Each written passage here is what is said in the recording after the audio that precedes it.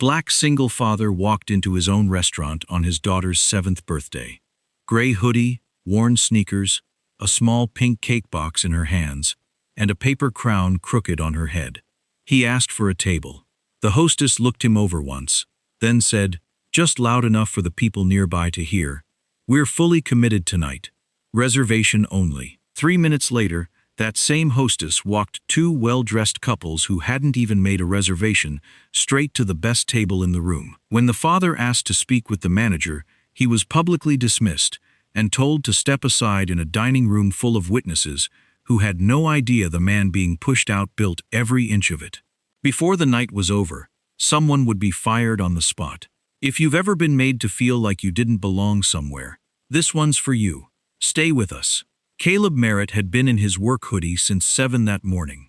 That was 13 hours ago. He had meant to change before dinner. He had not changed before dinner. But Naomi was 7 years old today, and she had been asking about the restaurant with the golden lights since the week before. And by the time Caleb realized he still smelled faintly of a 14-hour workday, she was already standing by the front door with her shoes on and her hands folded, waiting. He did not make her wait any longer. He carried her on one arm.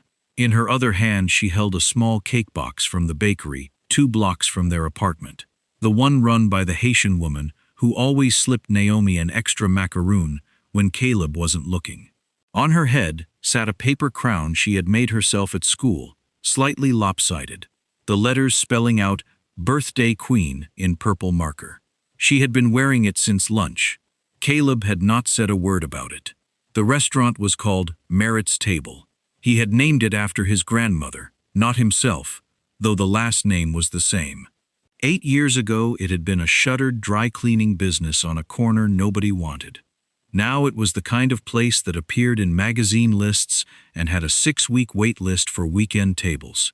He had built that wait list himself, one plate at a time. He pushed through the front door. The host stand was staffed by a young woman with a sharp updo and a smile that arrived on cue. She had worked the floor for about 4 months. Caleb had hired her himself. She had never met him outside of his office, and on the 2 occasions she had seen him there, he had been in a suit. Tonight he was not in a suit. Her eyes moved across him in the time it takes to blink. The hoodie, the worn sneakers, the little girl. The cake box from somewhere that was clearly not the restaurant's own pastry kitchen. The smile stayed, but something behind it shifted. "Good evening," she said. "Do you have a reservation with us tonight?" "No," Caleb said. "Just looking for a table for 2. It's her birthday." He tilted his head toward Naomi, who looked up at the hostess with the full sincerity of a child who expected the world to be kind. The hostess glanced at her briefly, then back at Caleb. "I'm so sorry. We're fully committed this evening. Reservation only." Caleb looked past her shoulder. He could see 4 open tables from where he was standing. 2 near the window, 1 along the far wall, 1 in the center of the room. A prime table, the kind the floor manager usually held back for last-minute requests from the right kind of walk-in. He looked back at the hostess. "Nothing at all?" he asked evenly. "Unfortunately, no. I'd be happy to put you on our wait list for—" The door opened behind him. A couple came in. The man was in a charcoal blazer, open collar, the kind of effortless that costs money. The woman beside him wore a coat that moved like it was made of something serious. They brought with them the particular energy of people who had never once walked into a room and wondered if there was space for them. "Hi there," the man said to the hostess, pleasantly, without even breaking stride. "We don't have a reservation. Any chance you can work something out?" The hostess's whole posture changed. Not dramatically, not rudely, just the small, involuntary recalibration that happens when a person's body responds faster than their manners can catch up. "Of course," she said warmly. "Give me just a moment and I'll get you settled." She reached for 2 menus. Caleb did not move. He stood there and watched her lead them past him, past the host stand, past the velvet rope he had personally argued was unnecessary when the designer suggested it, and directly to the window table. The better window table. Naomi had gone quiet. She was watching too, her cake box held carefully in both hands, her paper crown tilting slightly to the left. "Daddy," she said, her voice low, the way children get when they're trying to work something out. I thought she said they were full. Caleb felt it move through him. Not hot, not fast, something slower and more deliberate than anger. He knew this feeling. He had known it since he was 11 years old in a department store in Lancaster with his mother, watching a saleswoman follow them from aisle to aisle, while smiling at everyone else. He had known it every time a room rearranged its expectations the moment he walked in. He had carried it long enough to know exactly what it weighed. The hostess returned and stopped short when she found him still at the stand. "Sir," she said, and her voice had dropped half a degree in temperature. "I'm afraid there's nothing I can do for you this evening. I'd suggest trying to get a reservation for next week." "I just watched you seat a walk-in," Caleb said. "They're familiar guests. You've never seen them before tonight," he said. It was not a guess. Something moved behind her eyes. "Sir, I'm going to have to ask you to step aside. You're holding up the entrance." He looked at her for a moment. Then he looked down at Naomi. Naomi was looking up at him with her birthday crown and her cake box and an expression that was working very hard to be brave. "Daddy," she said quietly. Just that. Just his name. The way she said it told him she had understood something she didn't have words for yet. That she had looked at the couple being shown to the window table and then looked back at her father and added it up in the honest, unsparing way that children do. "Did we do something wrong?" she asked. The restaurant did not go silent. It just got quieter, in the specific way that rooms do, when people have stopped pretending not to listen. Caleb looked at his daughter, at the crown, at the care she had put into those letters in purple marker. He adjusted the paper crown so it sat straight. "Not one thing," he said. Then he looked back at the hostess. "I'd like to speak to whoever is managing the floor tonight." The floor manager's name was Drew Fisher, and he had been with Merritt's Table for 6 years. He was one of the first people Caleb had hired after the build-out. Back then, the restaurant hadn't even had a name yet, just exposed brick and new plumbing, and a kitchen that still smelled like fresh concrete. Drew had come in for the interview in a clip-on tie and shook Caleb's hand like he was trying to prove something. Caleb had liked him immediately. Had liked the hunger in him, the way he moved through the half-finished dining room like he was already imagining it full. He had promoted Drew twice in 6 years. Drew had never once met him outside of a professional context, and like the hostess, every time he had seen Caleb, Caleb had been wearing a suit. Drew came through the kitchen door with the careful composure of a man who had already been briefed on the situation and had formed a conclusion before reaching it. He was in his late 30s, well-built, wearing the floor manager's uniform with the small gold pin on the lapel that Caleb had designed himself. He looked at Caleb once, then looked at the hostess, then back at Caleb. His expression did what the hostesses had done. Not rude, not hostile, just a quiet tightening around the eyes that said he had assessed the situation and filed it under a category he thought he recognized. "Sir," Drew said, "I understand there's been some confusion about availability tonight." "No confusion," Caleb said. "I asked for a table. I was told there wasn't one. I watched walk-ins get seated while I was standing here. I'd like to understand that." Drew's jaw shifted slightly. "We use discretion when accommodating walk-in requests. Our regulars receive priority consideration." "They weren't regulars," Caleb said. A pause. "Our staff makes judgment calls," Drew said carefully. "I stand behind those calls." Caleb said nothing for a moment. He let the silence hold the way his father used to. The way Bernard Merritt would go quiet when he was deciding whether something was worth his words. His father had been a high school history teacher for 31 years. He had driven 40 minutes each way to a district that underpaid him and over-relied on him. And he had done it without complaint because he believed that what he was doing mattered, that the kids in those seats needed someone who would tell them the truth about the world they were inheriting. He had raised Caleb the same way, not with speeches, with examples, with the particular dignity of a man who refused to let the world's smallness make him small.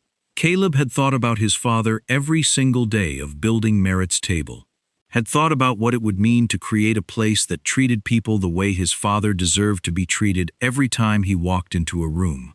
a place where the quality of your welcome was not determined before you opened your mouth. He had thought about that tonight, standing outside with Naomi, before they walked in. He had not expected to need to think about it inside. Naomi had stayed close to his side through the whole exchange with Drew. She was not the kind of child who fidgeted or performed. She was still in the way that certain children are still, absorbing everything, cataloging it, turning it over quietly in her mind. She had her mother's eyes, dark and direct, and right now they were moving between her father's face and Drew's, with the careful attention of someone trying to understand the rules of a game she hadn't been told she was playing. She was still holding the cake box with both hands. She had not put it down once since they walked in. Caleb looked at her, at the careful way she was holding that box, the slight tension in her small fingers, the way she had angled herself just slightly behind his arm, without fully hiding. She was trying not to be a problem. She had picked that up somewhere in the last 3 years, the instinct to make herself smaller when a room felt uncertain, and every time he noticed it in her, it landed in him like something physical. 3 years ago, her mother, Denise, had gone in for a routine procedure and had not come back out. An embolism. Unexpected, unsurvivable. The kind of thing that happens without warning and leaves the people it leaves behind, trying to rebuild the shape of ordinary life with half the materials missing. Naomi had been 4. She remembered her mother in the way 4-year-olds remember things, in textures and sensations rather than full scenes.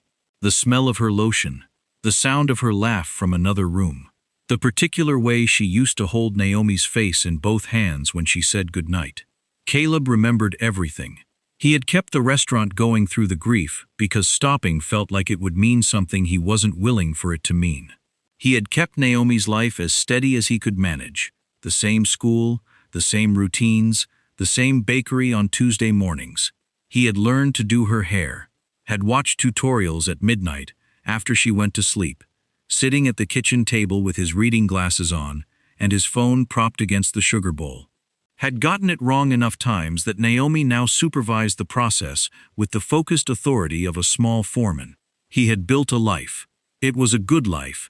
It was not the life he had planned, but it was real, and it was theirs, and he protected it with everything he had. Tonight he had wanted to give her one evening that was just hers. Just the golden lights and the good food and the feeling of being somewhere special on the day she turned 7. Drew was still watching him, waiting for a response that hadn't come yet. Caleb looked up from Naomi. "Tonight is her birthday," he said.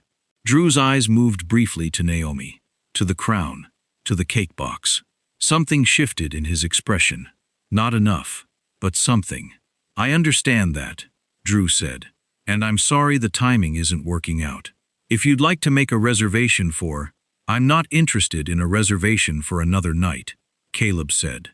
He said it quietly, not with heat, just with the flat, settled certainty of a man who has run out of patience for a particular kind of conversation and has decided to end it by other means.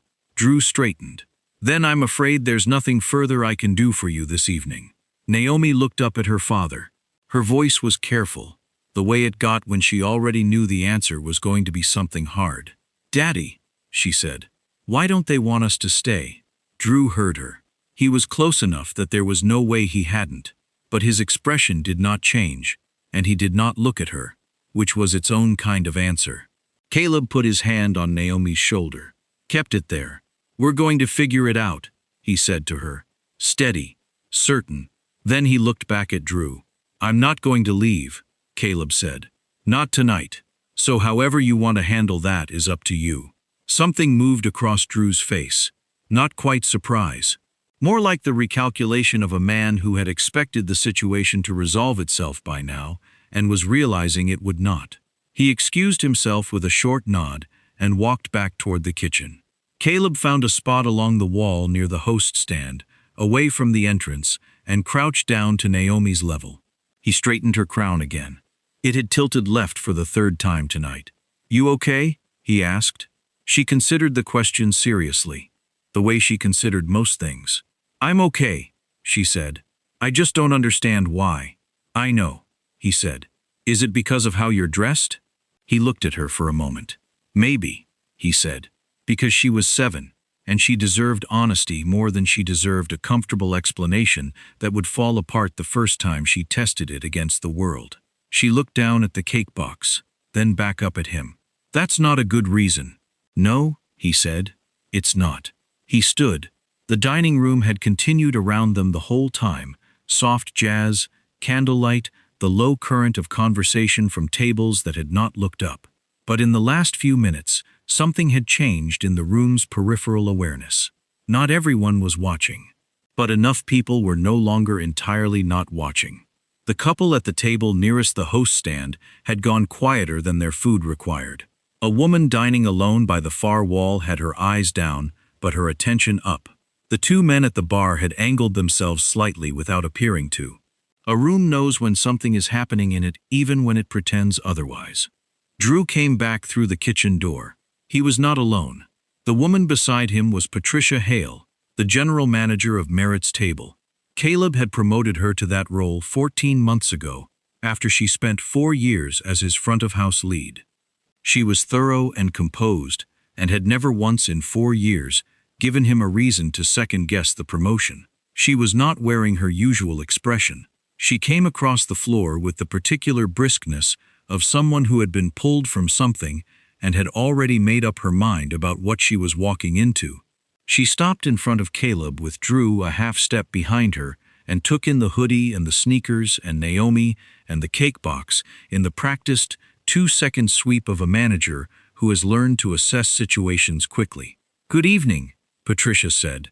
Her tone was measured. "Professional. I'm the general manager. Drew tells me you've had some difficulty with our availability tonight." "I asked for a table," Caleb said. "I was told there wasn't one. Then I watched 2 walk-ins get seated at a window table." Patricia's expression did not flicker. "Our host team has discretion in managing floor availability. Certain guests receive priority consideration." "Based on what?" Caleb asked. A small pause. "Guest history and dining profile." "They had no history here," Caleb said. "Neither does anyone the first time they walk in." Patricia held his gaze. "I understand your frustration, but our decision on availability this evening stands. I'd encourage you to call ahead next time, and we'll make sure." "Patricia," he said it the way you say a name when you want someone to hear that you know it. Something moved through her face so fast it was almost invisible. She looked at him more carefully now, searching.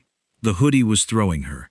The context was throwing her. She had met Caleb Merritt in a suit, behind a desk, across a conference table. She had met him in the role that made his face make sense in a particular kind of room. Right now her brain was doing the work of trying to reconcile 2 things that didn't fit together yet. She wasn't there yet. "I'm sorry," she said carefully. "Have we met?" Caleb did not answer her. "I'd like you to call security," he said instead. Patricia blinked. "I'm sorry? If you're going to ask me to leave, I want it done officially. I want someone to walk over here and physically ask me to leave in front of every person in this room." The temperature in the conversation dropped several degrees. Patricia looked at Drew. Drew looked at the floor. She turned back to Caleb and kept her voice low and even. "Sir, I don't think that's necessary. I'm simply asking you to, then seat us," Caleb said. "One of 2 things. That's all I'm asking." Patricia straightened. A long second passed. Then she turned and gave a short nod toward the security station near the rear corridor. The man who came over was named Gil. Caleb had approved his hiring himself. Gil was broad-shouldered and unhurried, the kind of person whose size made loud unnecessary. And he crossed the dining room with the careful neutrality of someone trying to keep a situation from becoming a scene. He didn't fully succeed. The dining room noticed him cross the floor. Forks paused between plate and mouth. Conversations thinned. The couple near the host stand had stopped eating entirely. The woman by the far wall was no longer pretending to look at her food. The 2 men at the bar had turned fully around. And phones. Not raised. Not pointed, but present. Appearing the way phones appear in moments like this. Quietly. Held low. Angled with the casual plausibility of people who were simply checking something. Gil stopped beside Patricia and looked at Caleb with an expression that was professionally neutral and personally uncomfortable. "Sir," he said, I'm going to need to ask you to come with me toward the exit. Naomi looked at Gil, then at her father, then at the dining room full of people watching them. Her voice came out very small. Daddy. She wasn't asking a question. She was just making sure he was still there. I'm right here, Caleb said. She reached up and took his hand. He felt her fingers wrap around two of his, the particular grip of a child who is trying to be brave, and is using you to do it. The dining room was almost fully quiet now. Not the comfortable quiet of a good meal. The held breath quiet of people watching something they cannot look away from and are not sure they should be watching. Gil waited. Patricia waited. Drew stood slightly behind her, with his arms at his sides and his eyes on a point somewhere between the floor and the middle distance. Naomi looked up at her father one more time. Her crown had tilted left again. She reached up with her free hand and straightened it herself this time. Then she looked at Patricia, with her dark, direct eyes and the absolute unguarded honesty of a 7-year-old who has run out of ways to make the adults in the room make sense. It's my birthday, she said. Not as an argument, just as a fact. She wanted someone to know. The dining room held it. Nobody spoke. Patricia's composed expression shifted. Barely, just at the edges. The way a wall shifts before anything visible happens to it. And then Naomi looked up at her father and asked the question that had been building since the moment they walked through the door. Daddy, she said quietly, why are we being treated like we don't belong here? The question stayed in the room. Nobody moved to fill it. Nobody at the surrounding tables reached for their wine or restarted their conversation. The jazz was still playing from the overhead speakers, something low and unhurried, and it was the only sound in the dining room for a full 3 seconds. Patricia opened her mouth, closed it. Gil had gone very still beside her. Caleb did not look at any of them. He looked at his daughter. At the crown she had straightened herself. At the cake box she had been holding for the better part of 20 minutes without once setting it down, as if putting it down would mean conceding something she wasn't ready to concede.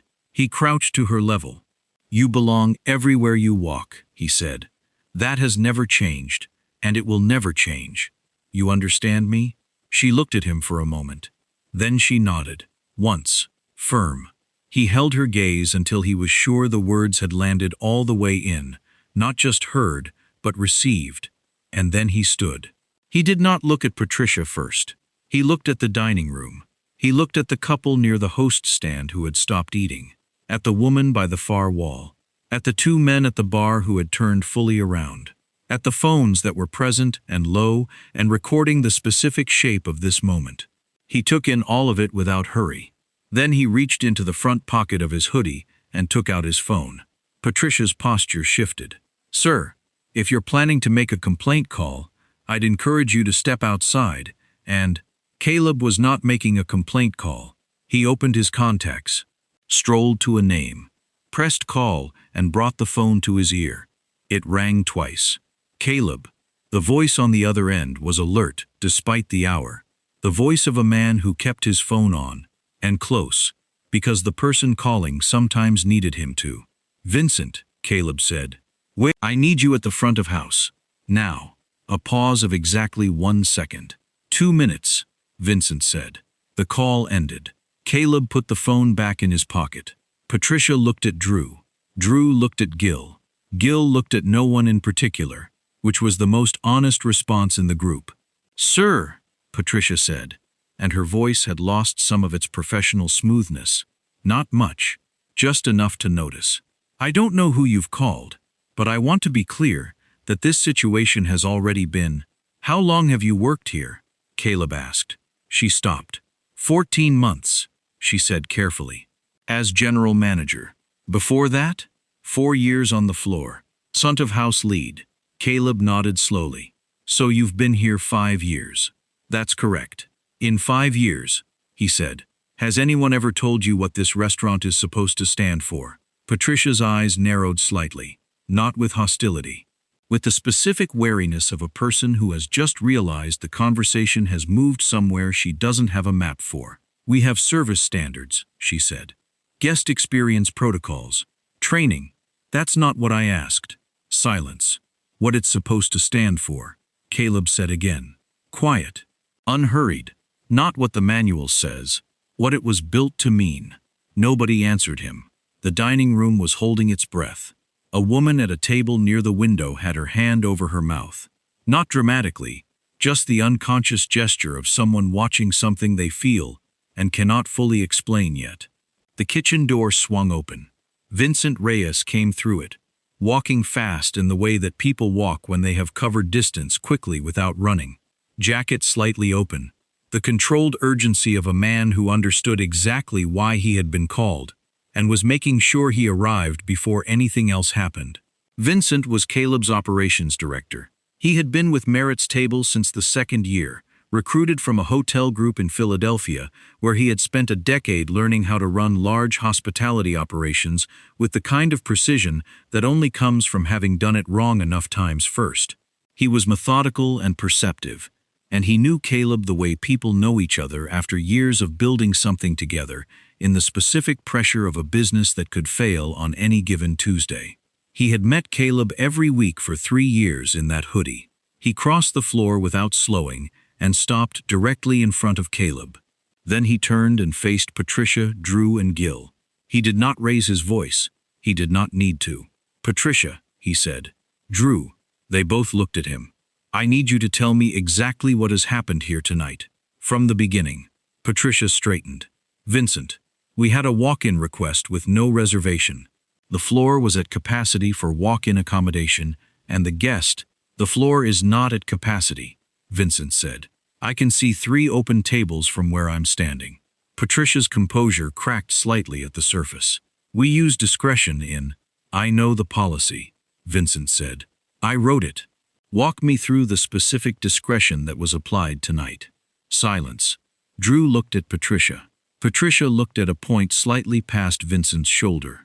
Gil had taken one small step backward, the barely perceptible movement of a man who has understood that he is standing in the wrong place and is considering his options. Vincent let the silence run for a full 5 seconds. He was good at that. It was one of the things Caleb had always respected about him. The understanding that silence applied in the right moment was more effective than anything you could fill it with. Then he turned to Caleb, and his whole register changed. Not his volume, not his posture, just the quality of his attention, the way it shifted from professional to personal in the space of a breath. "I'm sorry," Vincent said, "for what it's worth coming from me right now. I am genuinely sorry." Patricia's eyes moved between them. The recalibration was visible. It happened in stages, the way comprehension arrives when the pieces have been present for a while, and the last one finally drops into place. She looked at the way Vincent was standing, the way he had come through the kitchen door at a near run in response to a 2-minute phone call, the way he was speaking to this man in a hoodie with the register of someone who answers to him. She looked at Caleb's face, and Caleb watched it happen. Watched the moment her understanding of the evening restructured itself completely. Her face went the particular pale of someone who has just understood not only what they did, but exactly how visible it was. Drew had gone still beside her in a way that suggested he had arrived at the same place. The dining room had not moved. Phones still low, still present. The couple near the host stand, the woman by the far wall, the 2 men at the bar, all of them there, all of them watching, none of them pretending otherwise anymore. Naomi was still holding Caleb's hand. She looked up at Vincent, then at her father, then at Patricia's face, and in the way that children read rooms without being taught to, she understood that something had just changed. She didn't know what yet, but she tightened her grip on the cake box, and she waited. Vincent stepped aside. He did it deliberately, a small movement with a clear meaning. He was not the one who would speak next. Patricia looked at Caleb.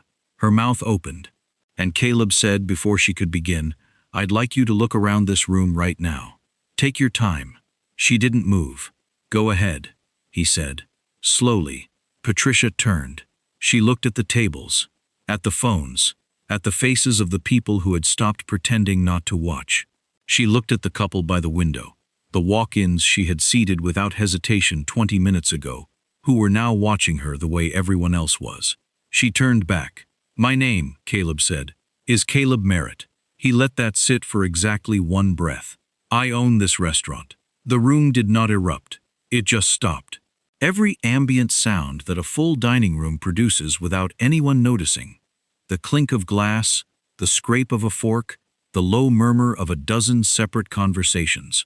All of it ceased at once, replaced by the particular quality of silence that only arrives when a room full of people has received information that has fundamentally changed the shape of the last 30 minutes. Patricia did not move. Drew did not move. Gil had gone so still he could have been furniture. The hostess was still at her stand, and Caleb could see her from where he was standing, and he watched the color leave her face in a slow, even tide. Vincent stood slightly to the left, with his hands in his pockets, and said nothing, because there was nothing for him to say. His role in this moment was simply to be present, to be the confirmation that the room could read without being told how. Naomi looked up at her father. She was processing it the way she processed most things, not with drama, but with the quiet thoroughness of a child who takes information seriously and wants to get it right. Like, she said slowly, "This is yours? All of it?" Caleb looked down at her. All of it. She looked at the dining room, at the candlelight and the high ceilings and the soft jazz and the tables full of people who were all, at this particular moment, looking back at her. Even the kitchen? Even the kitchen, she considered this.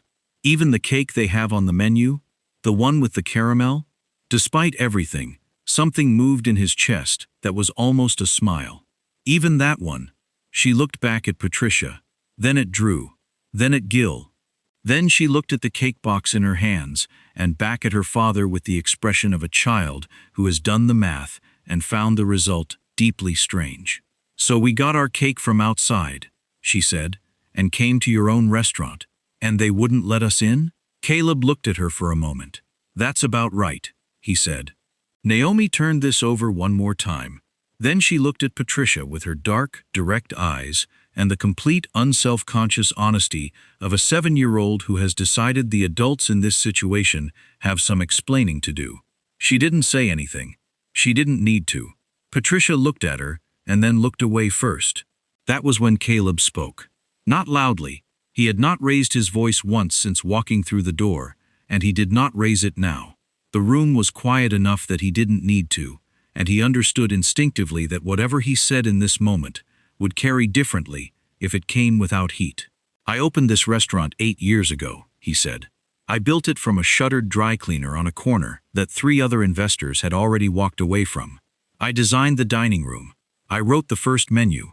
I interviewed every person who has ever worked this floor." He looked at Patricia. "Including you." Her jaw tightened slightly. She held his gaze. "The standard I built this place around has never been complicated," Caleb continued. "Every person who walks through that door gets treated the same way, before they open their mouth, before you know their name, or their history, or what they do for a living. The welcome comes first. That's not a courtesy. That's the foundation." He paused. "Tonight you made a judgment. You looked at me, and you made a decision about who I was and what I was worth before I finished my first sentence. And then you applied that decision consistently, every step of the way, every time I gave you an opportunity to correct it." Patricia opened her mouth. Caleb continued. "And you did it in front of my daughter, on her birthday, while she held a cake she had carried in herself, because she wanted tonight to feel special." The room held that. The woman near the window had both hands in her lap now, fingers laced together. The 2 men at the bar had not looked away. The couple who had been seated without hesitation. The walk-ins in the blazer and the good coat. The man had leaned forward with his elbows on the table and his wine untouched. Patricia straightened her shoulders. It was not defiance. It was the last available posture of a person trying to hold themselves together in a moment that had dismantled most of their options. "Mr. Merritt," she said. Her voice was controlled but thinner than it had been. "I had no way of knowing who you were. The decision I made was based on—" "I know what it was based on," Caleb said. "Quiet, flat, without cruelty. That's what I'm telling you." Patricia stopped. Drew was looking at the floor. He had been looking at the floor for the last several minutes and showed no signs of changing that.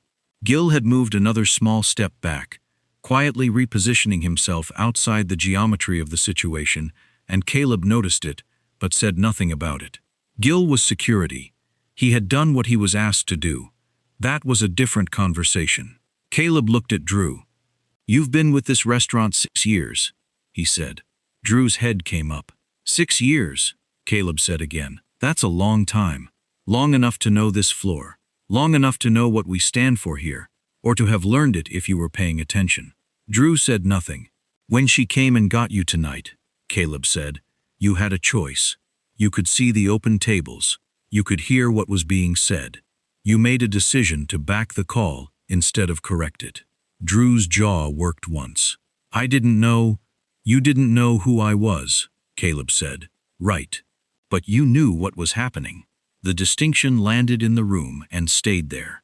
Vincent shifted his weight almost imperceptibly beside him, the small movement of a man who recognized a line being drawn with precision.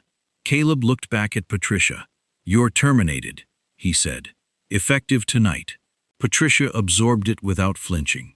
Whatever she was feeling, she kept it below the surface, and Caleb noted that, the discipline of it, even now, even here, it did not change anything, but he noted it. "Drew," Caleb said. Drew looked at him. "You're suspended pending a full review. Whether you come back depends on what that review shows, and whether you can demonstrate you understand where you failed tonight. Not procedurally, actually." Drew nodded. A short, tight movement.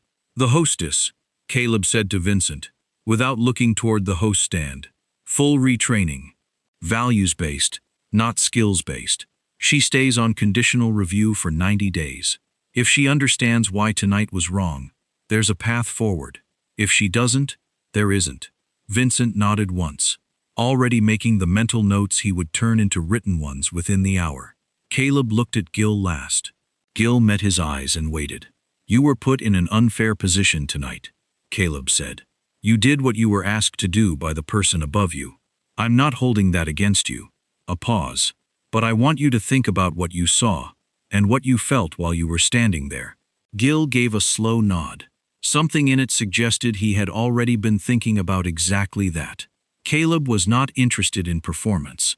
He was not interested in the theater of power reversal, in watching people squirm, or in making the moment bigger than it needed to be. He had said what needed to be said. He had said it clearly, and in front of witnesses, because the witnesses mattered.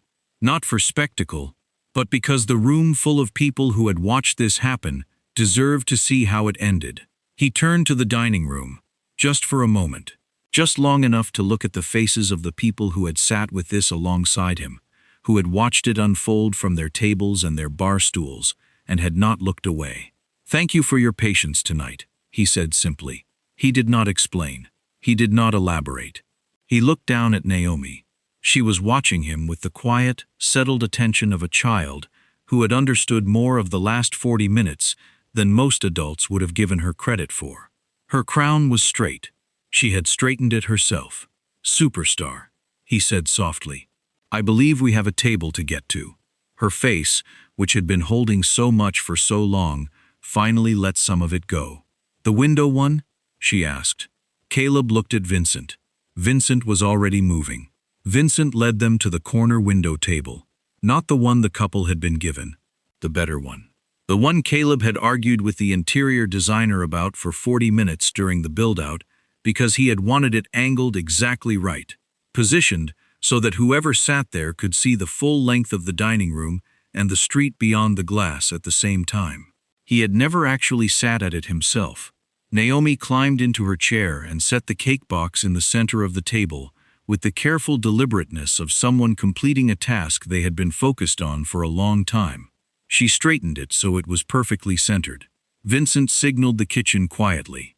Within minutes, a server named B, who had the instinct for reading a table that some people spent decades trying to develop, came over and handled Naomi with easy warmth. Naomi ordered the pasta with the brown butter.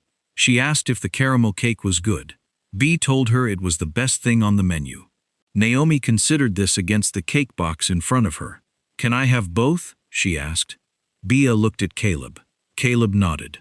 "Both it is," Bea said. Caleb watched her for a moment. Then he became aware that Vincent was still standing at the edge of the table, with the expression of a man who has something to say and is waiting to be invited. "I want full floor protocol review by Monday," Caleb said quietly. "Every complaint, every report, from the last 2 years. I want to understand where the language we have is vague enough to give people cover for decisions, like the ones made tonight." Vincent nodded once. "Monday. There's something else," Vincent said before he stepped away. "This isn't the first complaint. We've had 3 in the last 8 months about inconsistent door treatment. I flagged it to Patricia twice. I should have pushed harder." Caleb looked at him steadily. "You're telling me now, because you deserve the full picture," Vincent said. He stepped back toward the floor. Caleb turned back to the table. Naomi was watching him with her chin resting in one hand, studying his face the way she did when she was reading his silences. "Are you sad?" she asked. "I'm thinking," he said. "About the lady? About a lot of things." She was quiet a moment, turning her fork over. Did she know it was wrong when she was doing it? Caleb thought about Patricia's face, the composure that had cracked only once, not when Vincent arrived, but when Naomi looked at her, and she looked away first. "I think she knew something was wrong," he said. "Whether she understood what it was, I'm not sure." "Is that worse?" "It's different," he said. "Both cause the same damage, but they need different things to change." Naomi was quiet. Then she said, "She made me feel like the cake box was embarrassing. We brought our own cake, and she looked at it like it was the wrong thing to have." Caleb went very still. "You weren't wrong," he said. "That cake box is one of the best things in this room right now." Naomi smiled. Small and real, the first full smile of the evening. The food arrived, and the table shifted into the quieter, warmer register of a meal, finally allowed to be what it was supposed to be. B came back with the caramel cake, a proper restaurant slice with a candle already lit, and set it beside the cake box from Miss Claudette's. Naomi looked at both with solemn concentration. "I don't have to choose? You don't have to choose," Caleb said. "That's the best birthday rule," she said. The dining room, gradually, had returned to itself. Conversations had restarted. The couple at the window table leaned back with the relaxed ease of people at the end of a good evening. "Daddy," she said, "this might be the best cake I've ever had." "Better than Miss Claudette's?" She looked between them, with the expression of someone being asked to choose between 2 things they love. "Different," she said diplomatically. Caleb smiled. A real one this time. By the time Naomi finished, the candle had burned down to a small pool of wax. She pushed the box toward him without a word, their established system, and he took a small piece. She was leaning back in her chair with the boneless quality of a well-fed child, nearing the edge of her evening, one foot swinging slowly beneath the table. "Daddy," she said, without turning from the window, "do you think the people who work here know that you built it? Some of them, the ones who've been here a while. But not the lady from tonight. No." She was quiet. "I think that's kind of sad, because she spent all that time here and didn't know the story of it. If she knew, maybe she would have acted different." Caleb looked at his daughter, 7 years old, and somehow she had arrived here with both the knowledge and the expectation still intact. The understanding that the world contained this, and the refusal to let it be the first thing she led with. "You might be right," he said. "I'm going to know the story of everything I'm part of," she said. Not a declaration, just a thing she had decided. "That's a good way to live," he said. Bea came by to clear the plates. Caleb asked for the check. Bea said it had been taken care of. He told her it hadn't, and asked her to bring it. Naomi had gone quiet in the heavy way that meant she was minutes from sleep. Her crown had slid fully to one side. He took it off carefully and folded it into his jacket pocket. "You're keeping it?" she asked, drowsy. "Of course. Daddy?" "This was a good birthday." "Yeah," he said. "It was. Even the bad part?" He thought about Patricia's face, about standing in the entrance of the restaurant he had built and being told there was no room for him. "Even the bad part," he said, "because you were there for it." "Okay," she said. She came around to his side and leaned against him, her full weight trusting him completely. He picked up the cake box. He was not leaving Miss Claudette's cake. At the door, Naomi stopped and looked back at the dining room one more time. "It's really pretty," she said. "Grandma Adeline would have liked it?" "She would have loved it," he said. "She would have rearranged all the tables and told everyone the portions were too small." Naomi laughed, bright and unguarded. "I would have liked her. She would have been crazy about you." He pushed through the door. The night air was cool and still. By the time they reached the car, she was most of the way gone. He buckled her in and sat for a moment before starting the engine, the restaurant glowing warm and golden behind him in the rearview mirror. 6 weeks later, Merritt's table opened on a Tuesday morning for a staff meeting that hadn't been on anyone's calendar the week before. 41 people arranged themselves across the dining room, waiting with the attentiveness of people who understood something mattered without yet knowing what. Caleb stood at the front in a jacket. No hoodie today. He had decided against it because he didn't want the message to be about clothing. 8 years ago, he said, I stood in an empty building that smelled like dry cleaning chemicals and made a decision about what this place was going to be. Not what it would serve, what it would be. He paused. 6 weeks ago, that principle failed. In this room, in front of my daughter, on her birthday. I want to talk about that directly, because the worst thing I could do is let it become a story we tell around the edges instead of something we stand in the middle of. The room was very quiet. What happened that night wasn't one bad decision by one person. It was a failure of culture, one that let someone make a judgment about a guest based on appearance and feel confident enough to act on it and defend it, in front of witnesses. He let that sit. There are people in this room who handled that evening with integrity, when integrity wasn't the easiest option. He looked at Bea. The way this restaurant is structured going forward will reflect that. Bea looked at her hands, then back up at him, steady. Every new team member now goes through values orientation before touching the floor. Not service standards. A conversation about what this place is for. And if anyone witnesses something on this floor that doesn't sit right, you come straight to me, not through the chain. He looked around the room one final time. This restaurant exists because my grandmother believed the way you make someone feel when they walk through your door is the first and most important thing you do. Not the last thing. Not the thing you earn once you've proven yourself. The first thing. That is not a standard we aspire to. It's the standard we operate from. Every shift, every table, every person who walks through that door. The room held it. Then, from the back, a young line cook started to clap. The room joined him. Caleb just nodded once and stepped back. The meeting ended, and the room moved into the ordinary, purposeful rhythm of a restaurant preparing to open. Caleb stayed until the first reservation of the day arrived. A woman in her 50s, tired in the way that builds over a long morning, a few minutes early for her table. Bea smiled at her. Not the recalibrated smile from 6 weeks ago. The real one. Perfect timing, Bea said. Let me take your coat.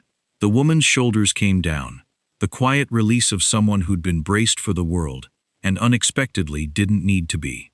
Caleb watched Bea lead her to a table by the window. He took his jacket from the back of the chair and walked toward the door.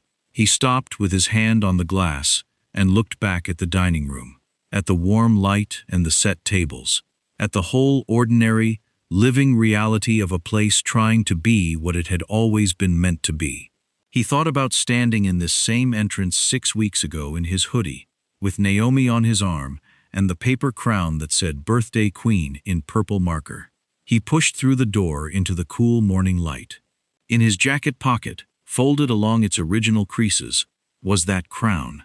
The letters a little uneven, where a 7-year-old hand had pressed down too hard on the pen. He hadn't taken it out since the night he put it in. A little girl in a paper crown, carrying a cake box into a restaurant her father built, expecting to be welcome. She had been right to expect it. That was the whole point. That had always been the whole point. If this story stayed with you, you already know why we tell them. The quiet humiliations, the dignity that holds anyway. The children watching their parents decide who they're going to be under pressure. Leave it in the comments. Tell us which moment got you. Subscribe if you want more stories like this one. We put one out every week. Share this with someone who needs to hear that dignity holds, that the crown stays on.